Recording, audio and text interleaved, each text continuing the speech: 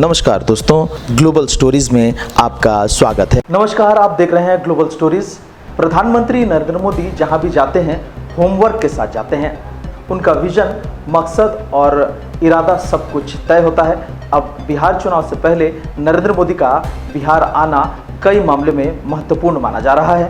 प्रधानमंत्री नरेंद्र मोदी के तय कार्यक्रम अगर आप देखते हैं तो सब कुछ स्पष्ट हो जाता है। उनके कार्यक्रम में विकास भी है, नेताओं को संदेश भी है और बिहार की जनता का दिल जीतने का मंत्र भी है। इससे आप अंदाज़ा लगा सकते हैं कि प्रधानमंत्री नरेंद्र मोदी का एक साथ कई चीज़ों को साधेंगे। क्योंकि एक तरफ बिहार में चुनाव है तो दूसरी तरफ भारत को विकसित बनाना भी है और यह काम बिहार के बिना संभव नहीं हो सकता। अभी नीति आयोग के विकसित भारत के लक्ष्य के लिए राज्य को 2047 तक विकसित भारत का विजन डॉक्यूमेंट तैयार करने को कहा है। गुजरात और आंध्र प्रदेश ने अपने डॉक्यूमेंट जारी कर दिया है। ऐसे में बिहार के सामने एक बड़ी चुनौती है कि वह अपना विजन डॉक्यूमेंट किस तरह से तैयार कर जारी कर सकता है। चूँकि बिहार में मैन्युफैक्चरिंग फैक्ट्री की संख्या मात्र 3,307 है, जो दूसरे राज्यों से काफ़ी कम है। ऐसे में भारत को विकसित देश बनाने के लिए इसे आगे बढ़ाना अति आवश्यक है। इसी कड़ी का हिस्सा पटना एयरपोर्ट टर्मिनल का उद्घाटन और बिहटा एयरपोर्ट का शिलान्यास को भी जोड़कर देखा जा रहा है। क्योंकि बिहार में अगर मैन्युफैक्चरिंग बढ़ाना है तो उनके अनुसार राज्य को सबसे पहले तैयार करना होगा। उद्योगपतियों को सुविधा देने के साथ साथ सुरक्षा भी उपलब्ध करानी होगी, तभी कोई कंपनी या मैन्युफैक्चरिंग फैक्ट्री आपके राज्य में आएंगे। अब प्रधानमंत्री नरेंद्र मोदी के कार्यक्रम पर आते हैं। वह गुरुवार की शाम 5 बजे पटना पहुंचेंगे। पहले दिन वे पटना हवाई अड्डे के नवनिर्मित टर्मिनल का उद्घाटन और बिहटा हवाई अड्डे का शिलान्यास कर विकास का संदेश देंगे। इसके बाद शाम में पटना हवाई अड्डे से लेकर आयकर गोलबंद तक 4 किलोमीटर लंबा रोड शो करेंगे और इसके माध्यम से मोदी जनता का दिल जीतने का काम करेंगे। इसके बाद प्रधानमंत्री नरेंद्र मोदी भाजपा कार्यालय पहुंचेंगे, जहां पर सांसद विधायकों से मिलेंगे और आगामी चुनाव की मद्देनजर तैयारियों पर विचार विमर्श करेंगे। इसके बाद प्रधानमंत्री दूसरे दिन यानी 30 मई को बिहार के रोहतास जिला के विक्रमगंज में एक विशाल जनसभा को संबोधित करेंगे, जहां पर प्रधानमंत्री अपनी उपलब्धियों को बताने का काम करेंगे। कहा जा रहा है कि विक्रमगंज की जनसभा का संदेश मगध और शाहाबाद तक जाएगा। प्रधानमंत्री के बिहार दौरे को देखते हुए भाजपा के नेताओं की ओर से एक नया नारा दिया गया है, जिसमें जगह जगह लिखा गया है कि देश झुकेगा नहीं, बिहार का विकास रुकेगा नहीं। लोकसभा चुनाव के बाद प्रधानमंत्री का यह 5वां दौरा बिहार का होगा।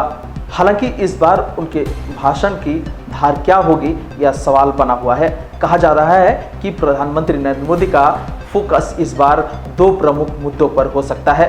आपने देखा होगा कि पहलगांव आतंकी हमले के ठीक बाद केंद्र की नरेंद्र मोदी सरकार ने एक बहुत बड़ा राजनीतिक फैसला लिया था। राजनीतिक मामलों की कैबिनेट समिति ने जातिगत जनगणना को हरी झंडी दे दी थी। यह एक ऐसा मुद्दा था जिसकी मांग विपक्ष दल पिछले कई सालों से करती आ रही है। कांग्रेस ने इस मुद्दे को पिछले कुछ सालों में बहुत तेजी से उठाना शुरू कर दिया था। यह चुनाव मुद्दा भी बना। सामाजिक न्याय की लड़ाई लड़ रहे राजनीतिक दलों को कांग्रेस ने इस मुद्दे को लेकर सड़क से संसद तक संघर्ष किया। सरकार ने जातिगत जनगणना कराने का फैसला करके विपक्ष की राजनीति को कुंद करने की कोशिश की है। ऐसे में बिहार यात्रा के दौरान प्रधानमंत्री इस मुद्दे को उठा सकते हैं। बिहार की राजनीति में जाति एक केंद्र फैक्टर है। अभी कुछ दिन पहले दिल्ली में हुई एनडीए शासित राज्यों के मुख्यमंत्री और उप मुख्यमंत्रियों की बैठक में यह मुद्दा उठा था।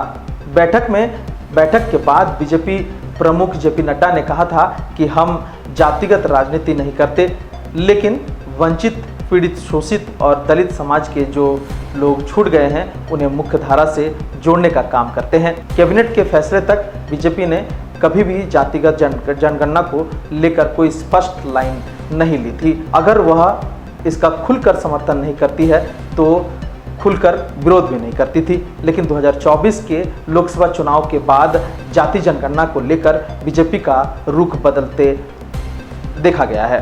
दरअसल 2019 में 303 सीटें जीतने वाली बीजेपी 2024 में घटकर 240 पर आ गई थी।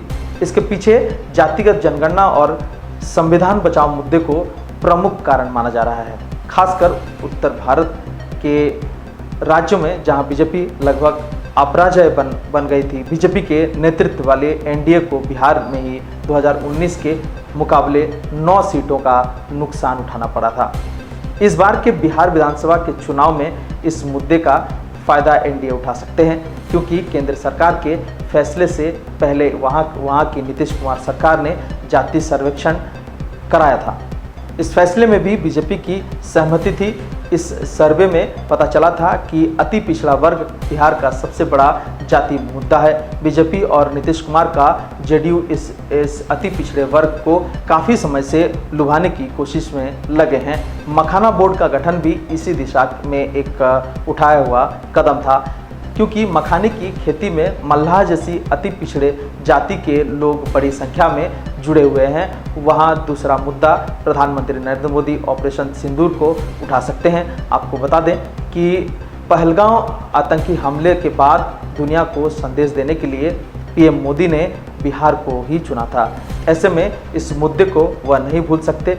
दिल्ली में हुई एनडीए के मुख्यमंत्री और उप मुख्यमंत्रियों की बैठक में 2 प्रस्ताव पास किए गए थे।